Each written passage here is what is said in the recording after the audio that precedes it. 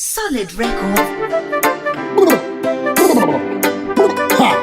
Yeah, remember say, Elder put out today for the case again, so Solid records, respect to the box, easy simplex, easy manix.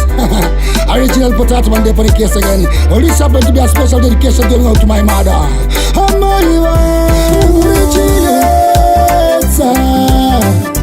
Changu amai, upenyu datitza.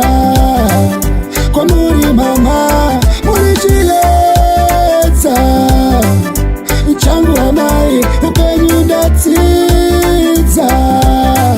Kwa muri mama, ndimi munondisimbisa kwa ndina famba.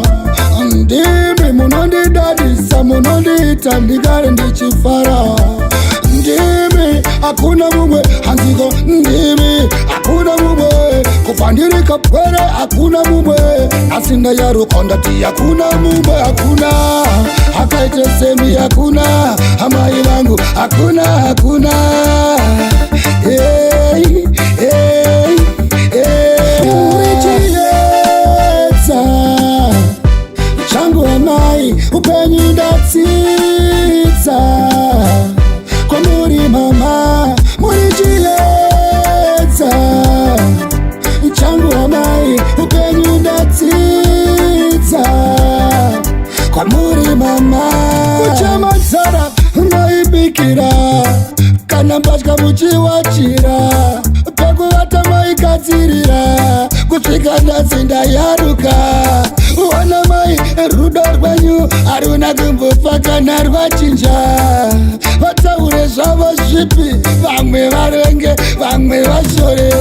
Vakupomei huroyi, amai handina reshoko, handina reshoko. Ndimi muchileza, changu amai upenyu datitza. Kwa muri mama, muri chileza. Changu amai upenyu datitza. Kwa muri mama, ndimi munondisimbisa kwa ndina famba. Ndimi munondidadisa, munondita ndigare ndichifara. Ndimi hakuna mumwe hanziko, ndimi hakuna mumwe kufandirika pwere, hakuna mumwe asinda ya rukondati, hakuna mumwe, hakuna hakaite semi, hakuna hamai wangu, hakuna hey,